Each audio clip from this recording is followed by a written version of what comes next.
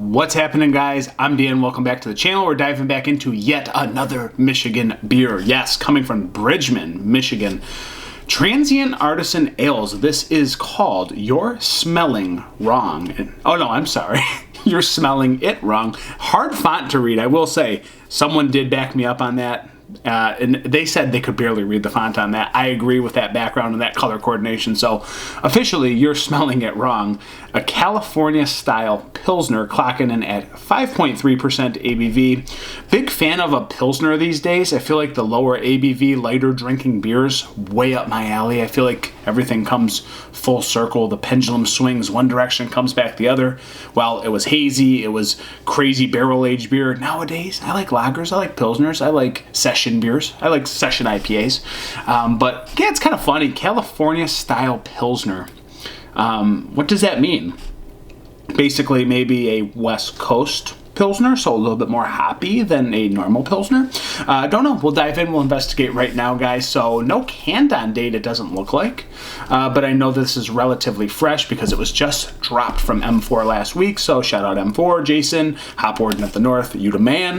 We're going to dive in, see what this one's about. Super excited. Nice firm can. Felt really well carbonated as I pulled the tab. Pourmichiganbeer. Let's dive into the glass. So again, really a big fan of this category. I like light drinking beers. Just way up my alley these days as I continue to age. Guys, it's harder on the body. It's hard to put this old man to bed and not feeling so good. You know what I'm saying? I don't feel good the next day. So this is good for Papa Dan. This is good for Papa.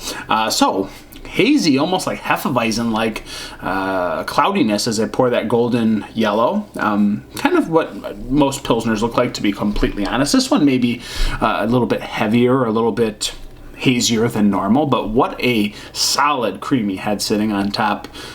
Just sliding down the glass very gracefully.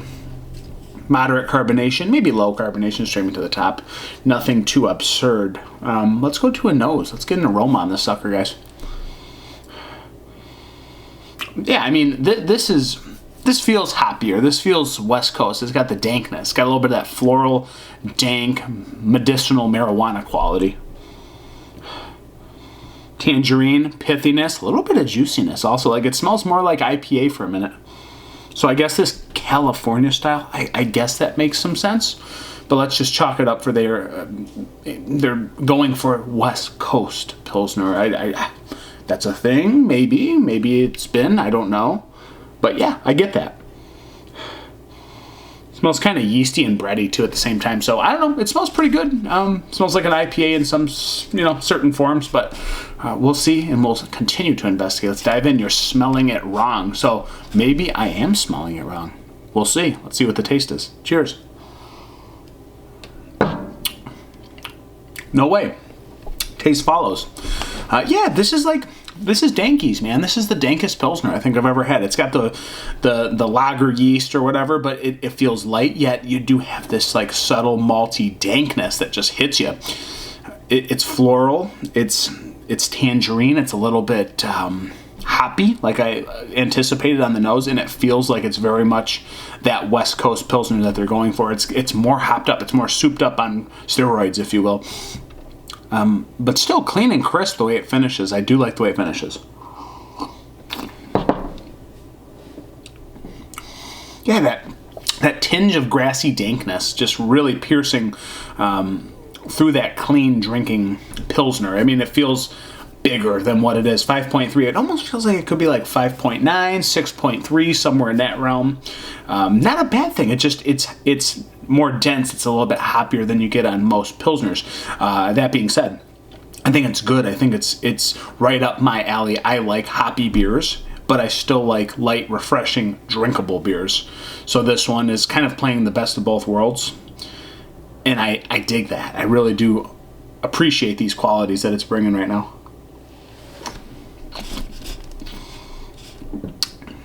And then more of the Pilsner, slight yeasty kind of sweetness, kind of piercing through a little bit. It is coming out and you're getting more of that lager yeast, that softness, kind of offsetting a little bit of that hoppy quality. It gets better as you drink it, so it's a little bit harsh when you first dive in. I mean, I will say, divulging into this, it was a little bit harsh at first, and almost your taste buds had to adjust, but after they do, super clean, nice drinking, a little bit more souped up than your normal Pilsner. Again, a little bit of that West Coast hoppiness coming out with that nice push of dankness as well. It's good. It's good beer.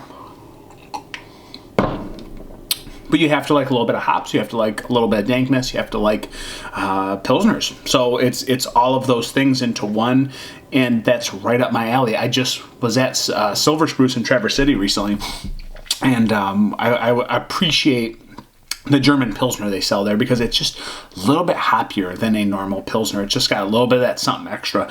This is kind of the same idea. Here we go, but we're bringing a little bit more dankness, a little bit of that extra layer. That's something you can break down and really enjoy. So great beer. I'm going to give the breakdown. It is for me, guys, today. One more sip. It's got some grit to it, man. It does. I'm going to go with a 3.88 out of 5. I mean, it's a Pilsner. I'm ranking it pretty high, guys. Again, a little bit different angle on the Pilsner, that little West Coast feel, aka that California-style Pilsner. 3.88 out of 5 for me today. Thank you so much for being here. And guys, if you haven't subscribed to the channel, go ahead and give me a shot. If you hate me, fine, unsubscribe later. I'm not going to be upset. I'm over and out, guys. Cheers.